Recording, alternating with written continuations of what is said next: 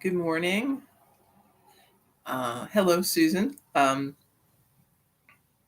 We're back after another week off, after having a week off not that long ago. But yeah, last week it just seemed like probably a good time to take some time off. My knee is better. It's still pretty scuffed up, but it's definitely better. That was ridiculous. I mean, since I've been a a mom, right? I've been very careful with my my various, body parts, right? So, I would take the kids roller skating was a thing that we used to do with the homeschool group, and um, I never roller skated because one of the moms had done it and broke her leg like at the rink, right? So that I remembered that that's a possibility, and you know, the consequences of that would be pretty dire, right? Because I had three little kids running around and my husband was working long hours, so that really wasn't gonna fly. So being very cautious with that sort of thing, um, and but walking the dog is not always safe, clearly. But I was careful in how I fell, making sure not to put your hands down. That's a thing to remember. If you do fall, never try to break your fall with your hands because you'll probably just break your hands or your wrists. Um, so, yeah, but there you go. And then, yes, my dog is fine. She uh, went in for tooth cleaning, which she never had before. But greyhounds have notoriously bad teeth because they're fed a lot of raw meat at the track and nothing really like kibble's kind of crunchy, nothing crunchy. And then they're also fed a lot of marshmallows. I've found out that our dog gets insanely interested if there's a bag of marshmallows around. So um, that was apparently a treat given before the race for a little burst of energy. And then, of course, if they won, that was like a reward was marshmallows. So you can imagine what that does to a dog's teeth. And greyhounds in particular have they don't have much in the way of cheeks, right? They're very there's not a lot of extra, so their teeth are exposed a lot. And if you've ever known anyone that had dry mouth or had trouble with their salivary glands, one of the things that keep us from getting a lot of cavities is the liquid in our mouths. So with her, she doesn't have much of that, and so she's prone to having tooth issues. So her teeth aren't too bad. She is one of the greyhounds that will chew on things. A lot of greyhounds won't do typical dog behaviors like playing with toys or chewing on bones. I don't really know why, but they won't. But she will, which helps her teeth. But even so, she got to age 9 and was starting to have a lot of buildup of tartar and stuff. So they said they really wanted to get it done now rather than wait till she was even older because of course they have to have general anesthetic for it because it's a whole big thing. It takes a long time. um, so they did that, and while they were at it, they cleaned out her ears because she's also got a weird amount of earwax that they've never been able to clean out because she won't hold still. So she got a full tune-up, and hopefully she's good. Although now we have another issue with her because she is like kind of an anxious licker. So if she has anything on her, like a scratch or anything like that, she will lick it, and then she'll make it worse, of course, because she's worrying after it. So she's got these 2 patches on her forearms where they had the IV, and she's just worrying away at them and um, not letting it go. So um, that's an issue. So this is turning into like the dog story. All right, I'm going to wrap this up, but I do have to share with you my solution to this is to get her dog pajamas. which my husband is laughing at me about because, you know, the idea of dogs wearing clothes seems kind of ridiculous. Although Daisy does have a coat she has to wear because she's, greyhounds are pretty skinny and they don't have a lot of fat or fur, so they do get cold. Um, so yeah, so now I've resorted to this. Now I got dog pajamas coming in the mail to try to cover things up. If you cover her up, like with a blanket or whatnot, she will stop licking because she can't see it, right? She can't reach it. So I hope it works. It's a struggle uh, managing the dog. So yeah, so that was my Wednesday, and then Thursday. Um, she's a big dog, for a greyhound, and getting her in and out of the car was rough because she was like half asleep, and we had to kind of lift her in and lift her back out, and then Thursday she was kind of recovering. So yeah, so my week was just crazy. And then of course Easter weekend. I don't hope you guys had a good Easter. We didn't really do very much. Again, we used to get together with my brother for these things, but we're not doing that anymore. So I don't know. Maybe next year. I mean, that's a possibility. Um, Other thing, uh, I got my vaccine last weekend, so it's been a week. Um, Feeling fine. I still have a bruise. I, th- I think whoever gave me my shot, she was an older woman, so she looked like she'd had plenty of experience. But I think she just something she went in an angle or something. I don't know, but I've got a big bruise, so it's taking some time to go away. So yeah, I'm just I've got all the suffering going on this week, I guess. But this is a new week, so we're gonna have new things happen and hopefully good things. Um, Weather looks pretty good, so you might want to get out and do a little work in the garden, or maybe take a walk. Try to enjoy this brief time. I'm remembering, that uh, it's going to go from moderately good to cold uh, at night, and then we're going to get the heat, right? So this is the time to open your windows and try to enjoy the weather um, before we have to close them again and have the air conditioner on. All right, so let's talk a little bit about. Um, so since we just had Easter, Easter is, some people, if you are a Christian, right, Easter is a big holiday for you. If not, Easter is, it's kind of it's a marking point for spring. And for pretty much every culture has some kind of a spring holiday. Um, it's a cause for celebration, right?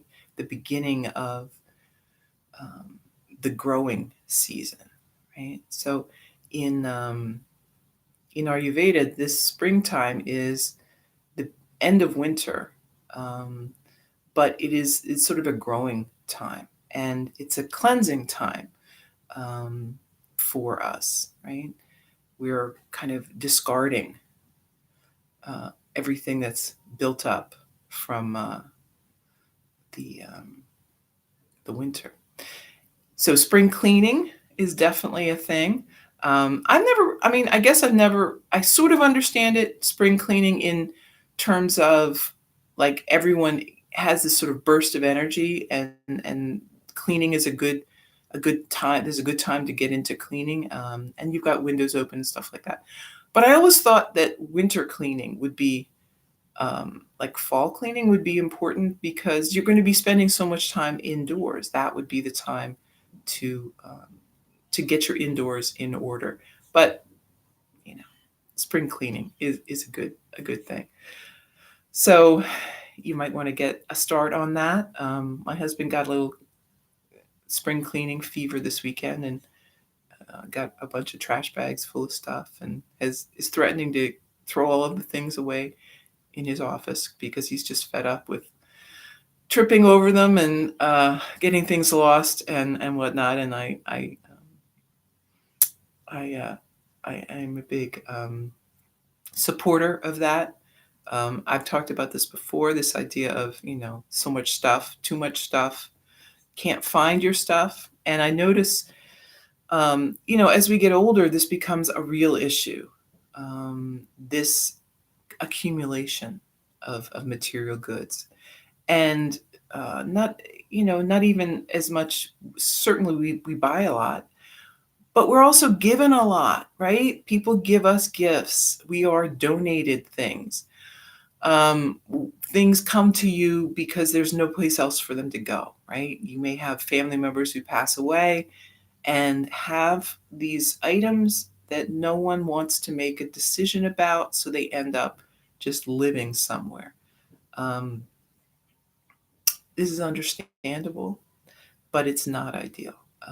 It is using your house as kind of a dumping ground or a storage facility, and that's no good, right?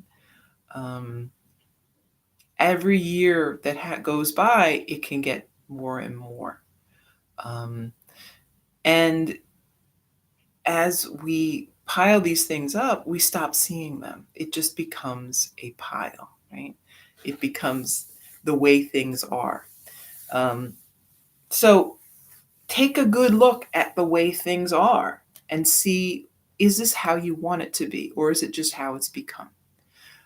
Spring cleaning can be about changing some of your habits. It can be about um, releasing some of this old stuff, and it may take some time, right? So don't rush into this. I know that when my dad passed away, um, we got rid of some things initially, but it took many years before we got rid of, and we still haven't gotten rid of everything, right? There's still things to be done, but every year it became easier, right? It was a layer. You would sort of peel it away in layers. Um, as time goes by, you start to see things more clearly, right? Initially, we're very clouded with emotion and with sentimental feelings and fears and worries. We think, well, maybe we'll need this. But really, if you are cleaning and you find something and you think, I should keep this because it's so valuable or so necessary, remember that you didn't even know that you still had it until you found it. So, how necessary can it really be? Um, I know people who say 6 months, right? If you haven't used something in 6 months, get rid of it. I go for a year, but I'm probably being overly concerned, right? If you have something you have not used in a year, chances are you're not going to use it. So let it be someone else's. Right? Um, Giving things away, donating things is a blessing, right? You are giving something that is just being useless in your home. You're giving it a chance to circulate in the world and to bless other people. Um, if you've ever had that um, instance where you find just what you need at the time that you need it, you're participating in that gifting economy, right? The transfer of goods and items. It's a beautiful thing, and there is a symmetry to it. Um, if you don't give, though, you can't receive, right? That's how it works. Um, what we put in, we may get out at some point. But we don't really keep score like that, right? I mean, it's not about, um, okay, I gave this much, I should be getting this much in return. It is about giving freely and with an open heart. Um, when you are giving, um, not because you're expecting something in return, but because you truly don't need what you have. It is just an act of kindness. Um, it's hard to say what that will do for you, but it will have positive effects down the line. So um, I have found, over the years that what I do in terms of giving um, is always better than the alternative, right? So people talk about, how do I get rid of my stuff? Right? What do I do? Do I have a yard sale? Well, you could have a yard sale, and people do. But I would say my experience with yard sales is pretty uniformly negative, right? It may be, you may have positive experiences, but in the end, I frequently feel that I've put in a great deal more effort than it was worth. Um, Usually the interactions are not that positive. Many times people are um, not appreciative of your junk, right? They don't think it's as valuable as you do. And that can be, kind of a bad feeling, right? Um, and, it depends. Sometimes you get a lot of sort of professional buyers, and they're not looking to, they don't need your stuff. They're trying to make money off of your stuff, which is a different feeling again. Um, so all of those things in mind, you may still want to have a yard sale, and that's fine. But understand that giving it away is not, it's not bad, right? It's not a waste. Um, if you think of, if you donate money to charity, this is no different. It's just you're donating goods. It doesn't matter how much you paid for something. If you aren't using it, if you don't like it, if it doesn't fit you, if it's not suited to your lifestyle, it is, you don't need it. Get rid of it. Just get rid of it. Give it away. I like to think of Goodwill is my storage facility, right? If I really need it, I could probably go Goodwill and find it. Um, but I don't really need it, right? I've had it for a year, more than that. Don't need it. If I do need it in another couple years, I'll find another one. Probably one that I'll like better and that will suit me at that stage in my life. So um, gifting things, getting rid of things is an act of faith, right? We have faith that we can provide for ourselves when we need it. We don't have to build ourselves a castle of things. Um, we can move more lightly through the world, um, and see how that serves you. Okay, so my challenge for you this week is to find something or a few things that you can get rid of, um, that you could gift to someone else. It doesn't have to be, personal, right? You could gift it to Goodwill. You could. So in Delaware City, we have kind of, it's sort of magic, right? We just put things on the curb and people take them. Um, it doesn't really matter what it is. There's always seems to be someone who wants whatever it is that we're getting rid of. Office chairs, most recently, a dishwasher. Um, it it really wasn't even working, but someone takes it, and I think with things like dishwashers, it's people that will take it and for scrap, like they sell the metal. Um, it's magic. So you may have a magical street corner like that as well. Uh, and if not, you know, there are other ways to do it. We don't have it here. My sister um, lives in upstate New York where they have um, dumps, town dumps. People have to take their trash to the dump. And they have a section in the dump where people put things that they simply don't need anymore, but that they're good. And people can come and you can trade things at the dump. So um, you may have something like that as well. However you do it, it doesn't matter. But find something that you can do do that with and see how that makes you feel. You may want to do more of it. Um, and if you don't feel great about it, at least you've done it and you could try it again. Um, for some people, it's a process, right? We have to kind of sneak up on it and do a little bit at a time. It can be very overwhelming if you have a lot of attachment to your things. But what we are working towards with yoga is releasing some of that attachment onto things, putting them putting things in their proper perspective, in their proper place. And we can't do that until we try it, right? Um, we can think that we have done that, but until we are putting that in action, we won't know. So how you feel about those things will tell you a lot about where you are in your quest to release some of these attachments to material things. Okay, so let's move a little. Some asana for the day. Sitting up tall. Relax the shoulders and breathe.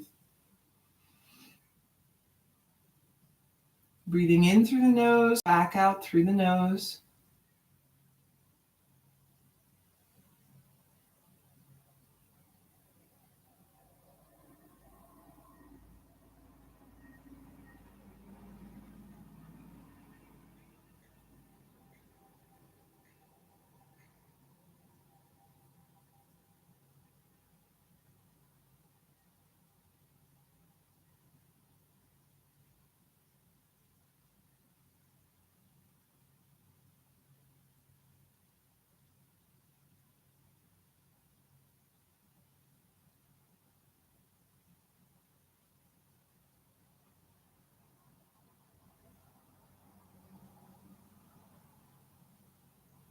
One more breath.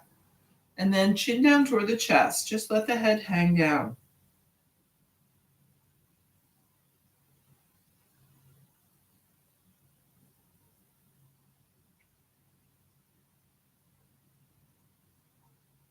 Lifting up the chin. Keep lifting. Head drops back.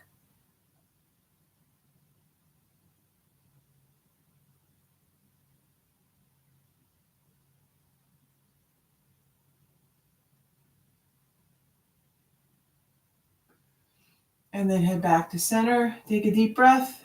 Lower the head over to the right. Not stretching or, kind of forcing this. Just as far as your head is going naturally. Back up and then moving left.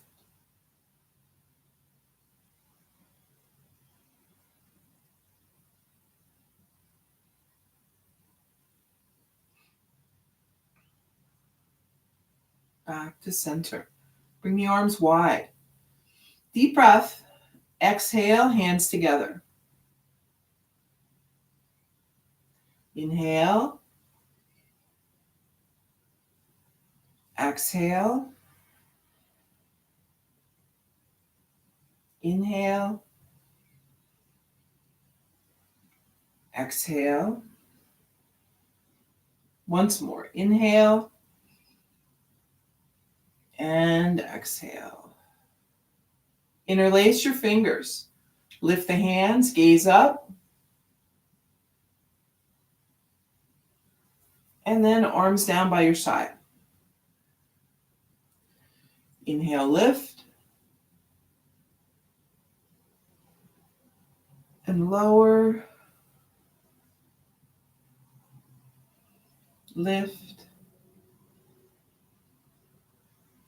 And lower. Once more, lifting up.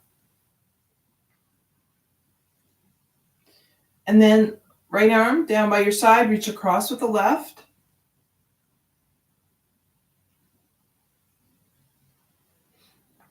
Switch.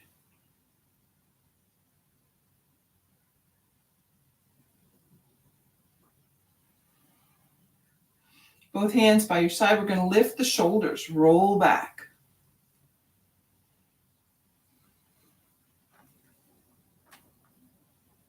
And then roll forward.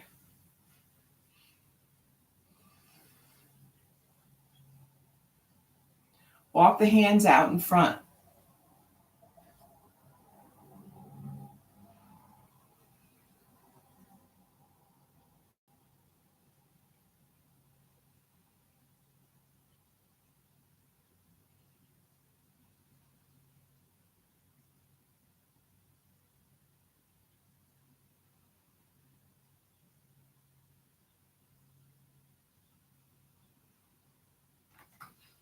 Coming back up, bring the hands behind. We're going to turn the fingers away from the body.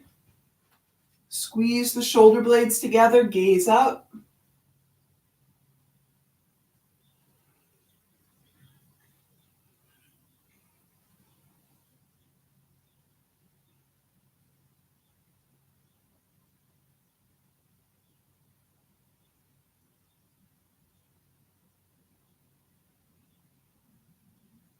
And then back up to your seat.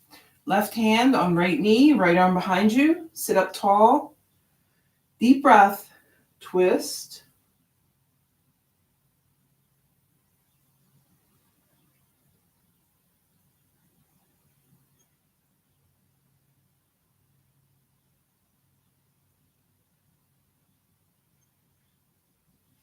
Back to center. Switch sides.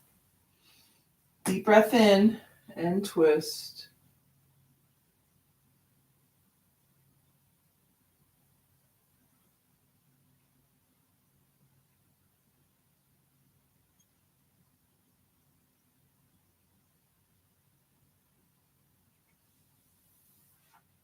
Back to center, hands on the knees. We're going to do a seated cat-cow. So with the inhale, we're drawing the chest forward, pulling the shoulders back, gazing up. Exhale, kind of rounding the shoulders, drawing the belly in, gaze is down.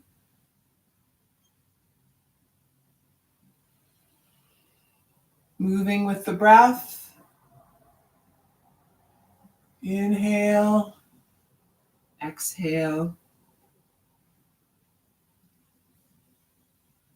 This doesn't have to be a big exaggerated movement. It can just be a small movement.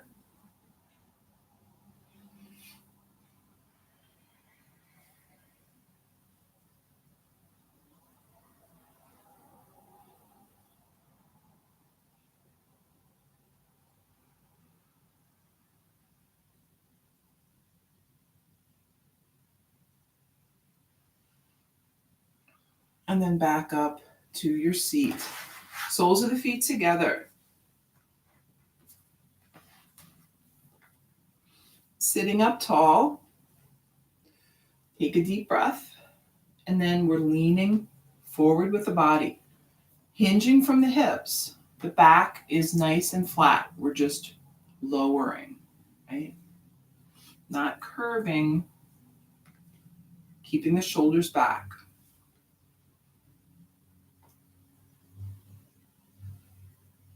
And if you haven't done asana in a while, this may feel tight, right? I feel pretty tight today. So, we're just going to go as far as we can. Some days it's not very far. That's okay.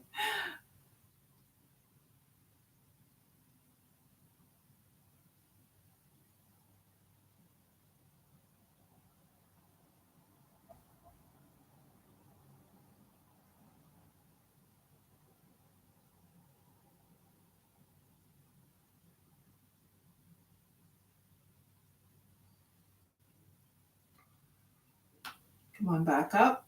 We're going to lift the knees, catch a hold of the toes or the tops of the feet. And then leaning back a little, we're balancing. So the heels are up. We feel steady here. And then you can extend the legs, maybe halfway, maybe full extension or more or less. Breathe.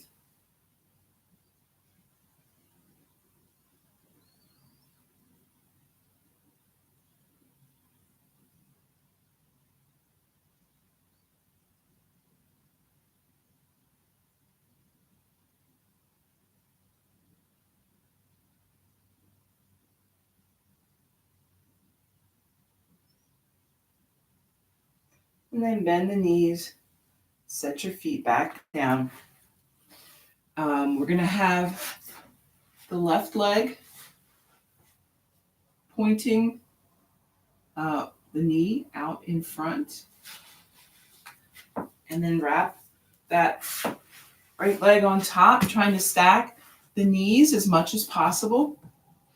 Got one hand on either foot. Take a deep breath. And then folding over that right leg.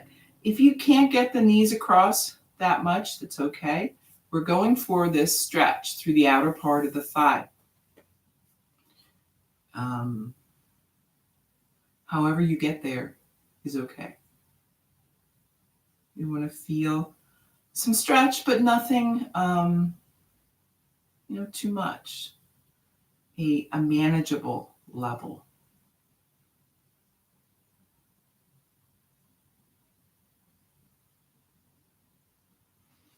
And then we'll switch it around. So now the right leg is under, left leg on top. And of course, if you started with opposite legs, that's fine. There's nothing special about the order in which I do this. It just matters that you want to do both sides. Right? And this side is always trickier for me. I have a harder time. I think this side is looser than the other, so I have a harder time getting to a place where I feel a stretch. It doesn't always happen. And if it doesn't happen for you, that's okay, right? So if you have a side that is much tighter than the other, that's the side you want to work on, right? So if this side doesn't stretch that much, it's fine, because the other side really needed the work. And then back to center, both legs out in front. Take a deep breath and fold.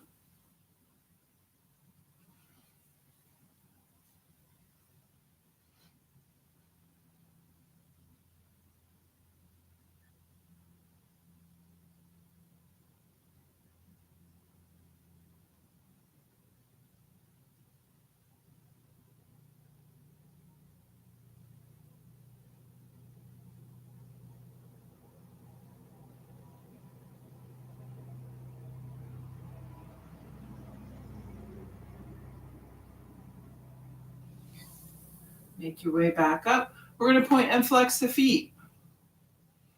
Working through the calves a little.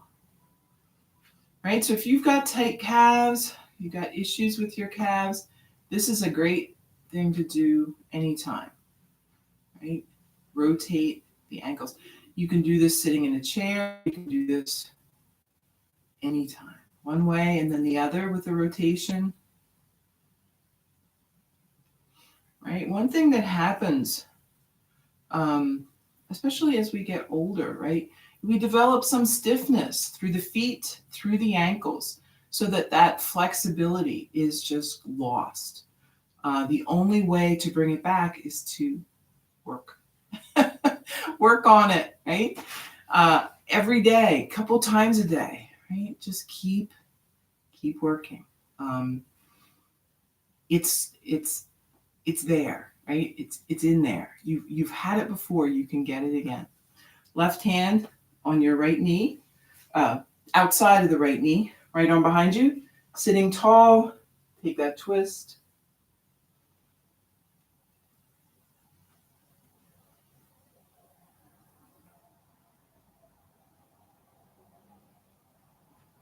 Back to center, switch.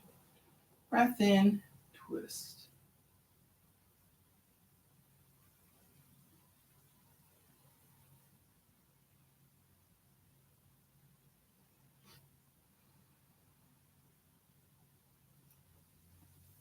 Back to center. Let's bring the legs wide. We're going to keep the toes pointing up. Take a breath, and then you can walk the hands out in the center, or you could bring them out on the legs. And again, we're hinging at the hips. So we are just bringing our body down with a nice flat back. You may not feel like you're coming down very far at all, right? You want to come to the point where this tightness through the thighs, the knees, side of the knees, it gets pretty tight, right? And you may find that your body isn't moving that much at all. That's okay. We aren't really worried about that. We're thinking about what's happening with the legs.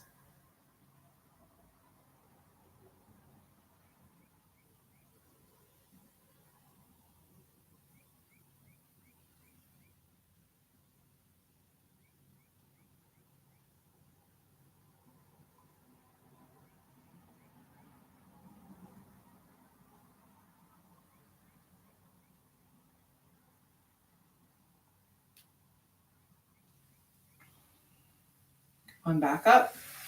Let's bring the feet closer. So maybe the width of your mat, and then we're folding again.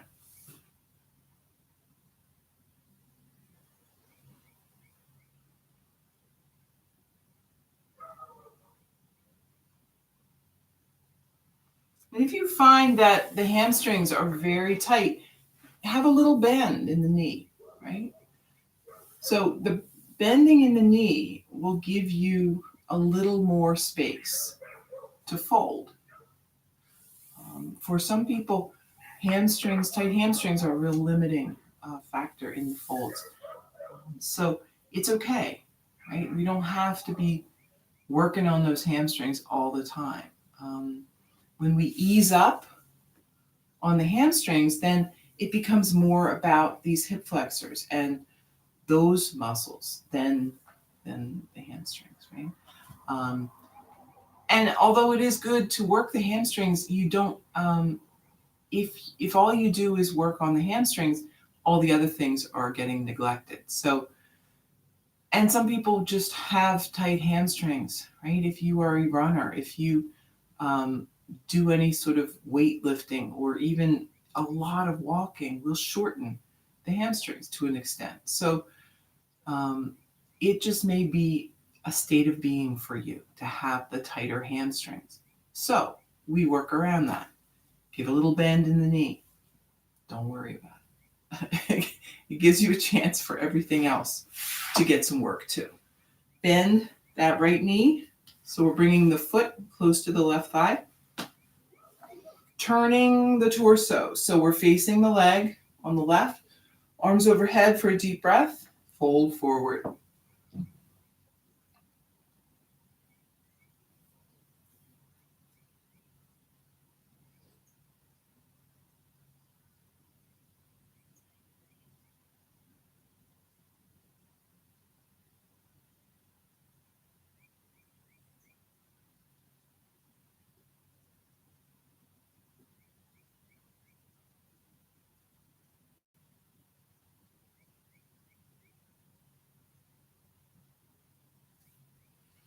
Work your way back up. Switch legs.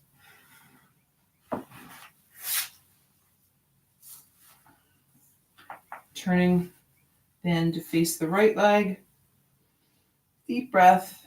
Roll forward.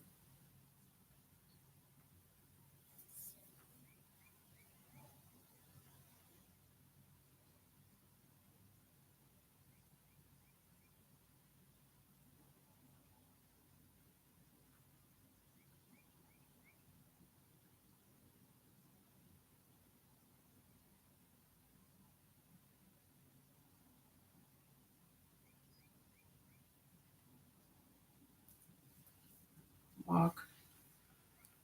Hands back up, both legs out in front. Take a deep breath and fold.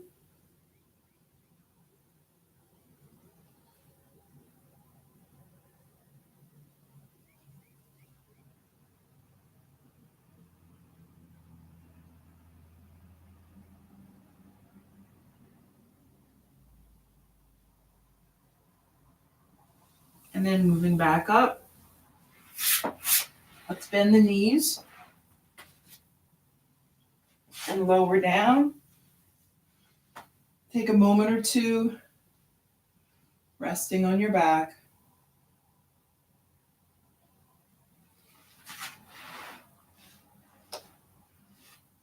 And then we're going to hug this right leg in.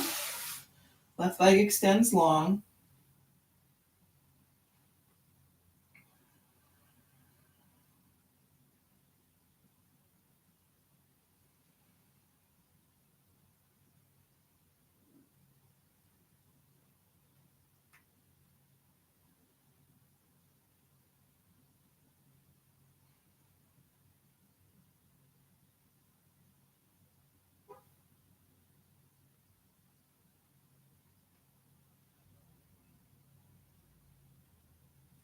Lowering the knee out to the side. Breathe.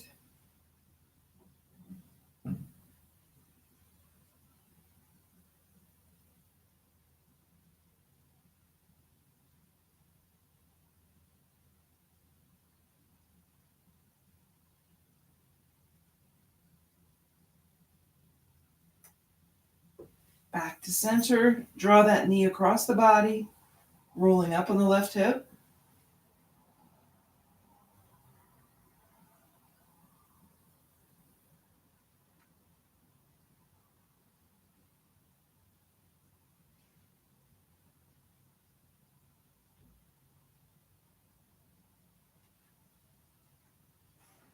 Back to center. We'll switch it around. So left leg is hugged in close. Right leg long.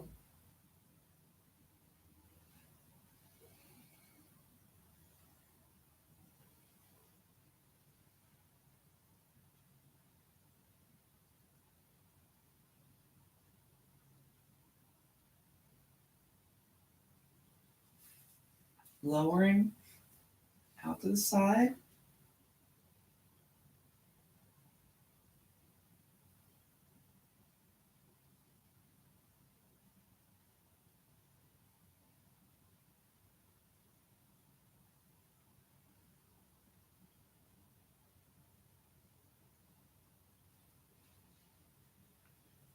And then bringing that knee to center and then across the body.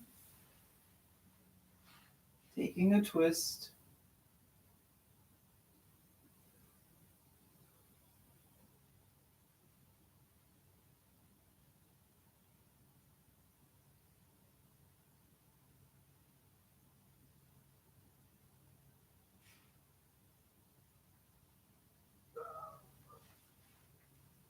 And back to center.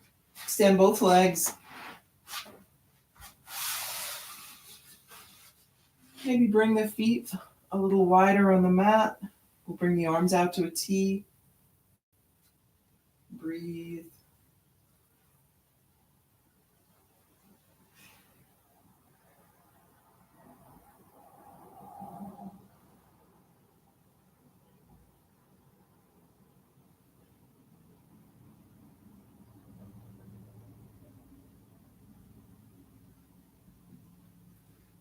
Bend the knees. We're going to do a supported bridge.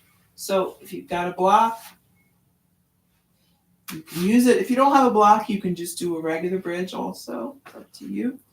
But we're just lifting up, finding a place for the block, and breathe.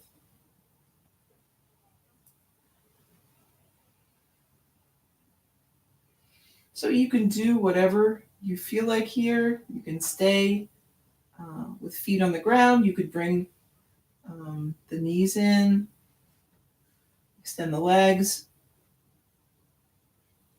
You can extend the legs out this way. Whatever feels just really good for you today.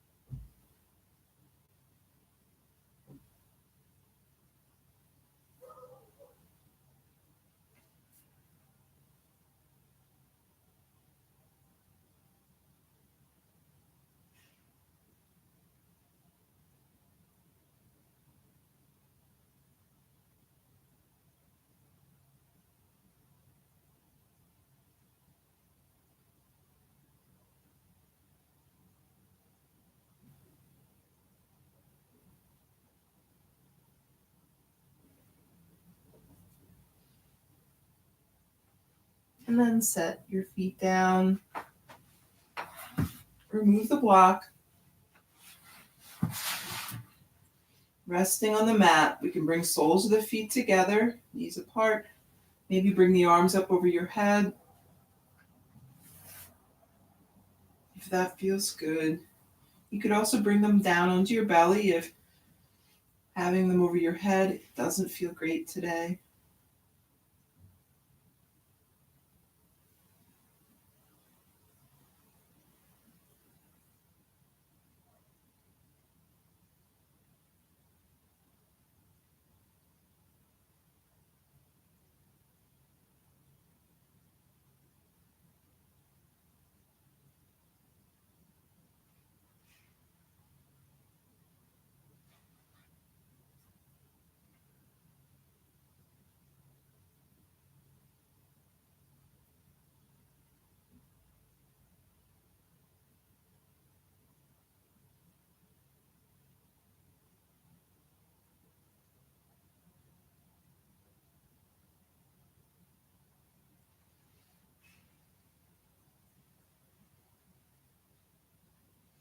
You'll see in the practice, the asana practice, that we work on hips and shoulders a lot.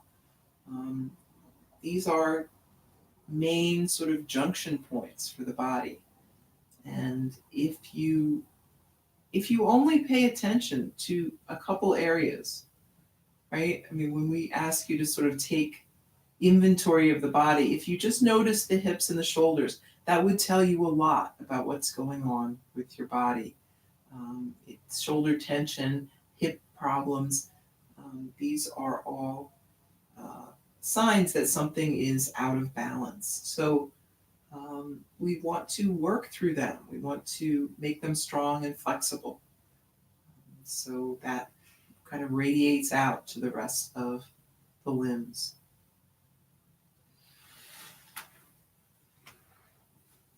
Knees to center. Let's hug them in toward the chest. We can rock a little side to side.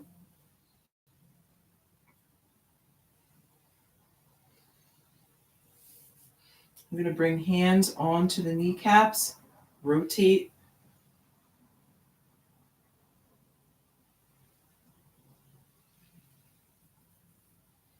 Moving in one direction.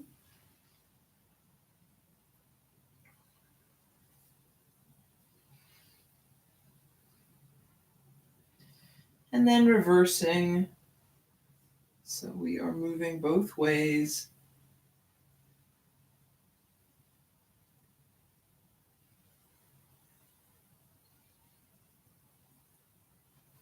Reaching for the feet or the ankles for happy baby. Breathe. Here you can stay still or move side to side if you prefer. Sometimes movement in a pose is nice, but it's nice to also try holding the pose. Even a pose that seems easy, you will learn things about that pose the longer you hold it.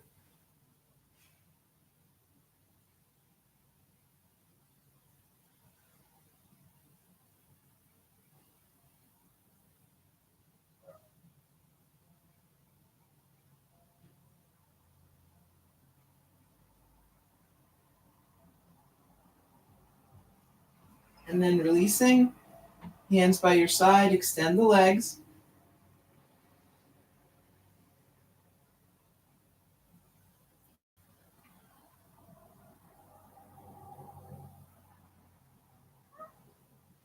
And then we're going to lower.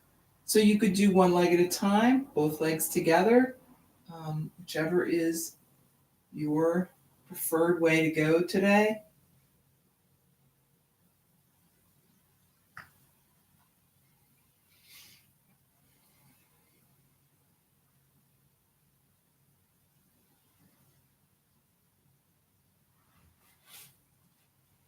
And then once everything is resting on the mat, We are going to relax and move into Shavasana.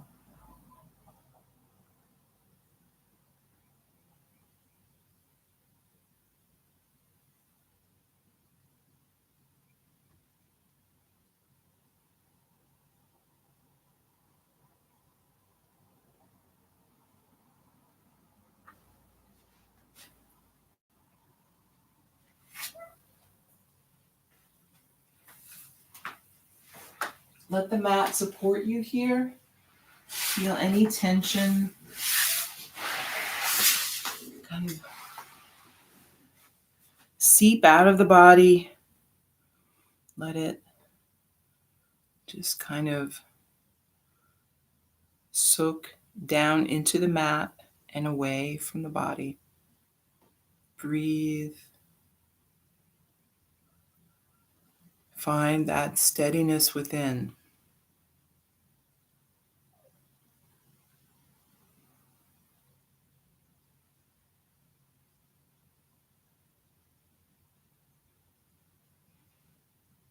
So in yoga, we are seeking the truth. Right? We are looking for the highest truth. And the truth is that we are all one, that we are part of this greater self, the big S self, right? Um, this is our security. This is our continuity. Everything else is just extra. All of the beautiful things you own and all of the supplies you have and all of those things are nice, but not necessary. Our true nature is to discover what is necessary and to put things in their proper place. When we elevate um, goods and possessions to a place of higher importance, we forget who we are. We forget our nature. We think we are temporary, like our goods, right? When something breaks, we're sad. We cry, right? We are heartbroken because we forget that all things are temporary except for the self. Um, Everything has a lifespan. Our beautiful homes, our beautiful cars, which will get scratched and dented, our china, which will break, um, our bodies, which will age and become um, damaged over time, right? What doesn't is the self, this universal spirit. Put your faith there, put your attention there. Know the other things are necessary and beautiful, but they are not what is important.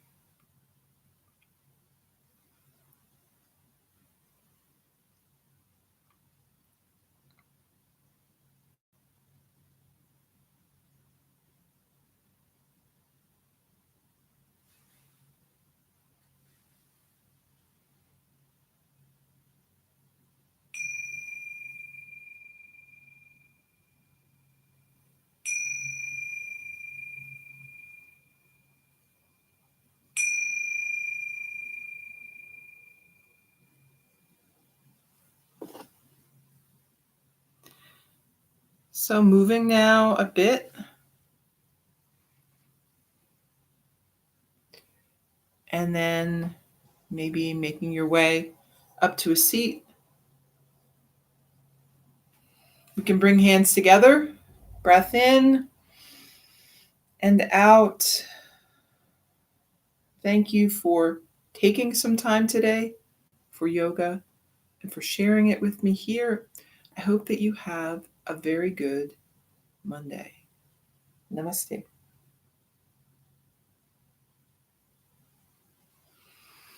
Okay. Hey, 5-minute meditation. Let's do it. So even when I'm not practicing asana, I am meditating because it only takes 5 minutes. I usually meditate for a little longer than 5 minutes, but you don't need to.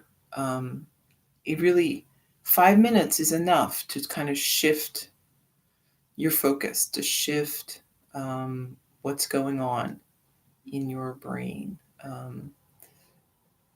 It's like when they say, you take those little naps, and you can get very refreshed from just like a 15-20 minute nap. The same thing, right? Um, 5 minutes could be enough. What I find is that if you can get in the habit of 5 minutes, you'll want to do more. But 5 minutes is the way to start, right? To get into the whole thing. All right. So we're sitting comfortably, relaxed, keeping that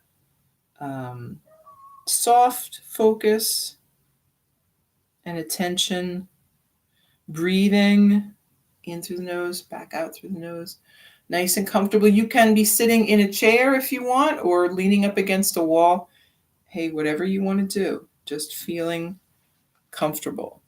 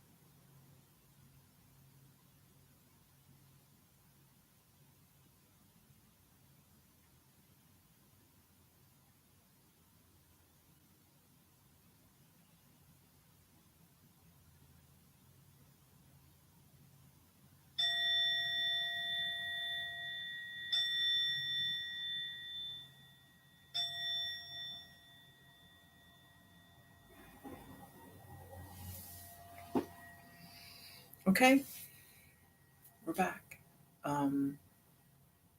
Hopefully that was pretty good. Remember, you can always find a focus, better than just kind of roaming around out there. Sometimes if you don't have a focus, a lot of random thoughts are coming in and you're having a hard time letting them go. Focusing on an image, a word, a thought, counting your breath. I mean, that's a perfectly good focus as well.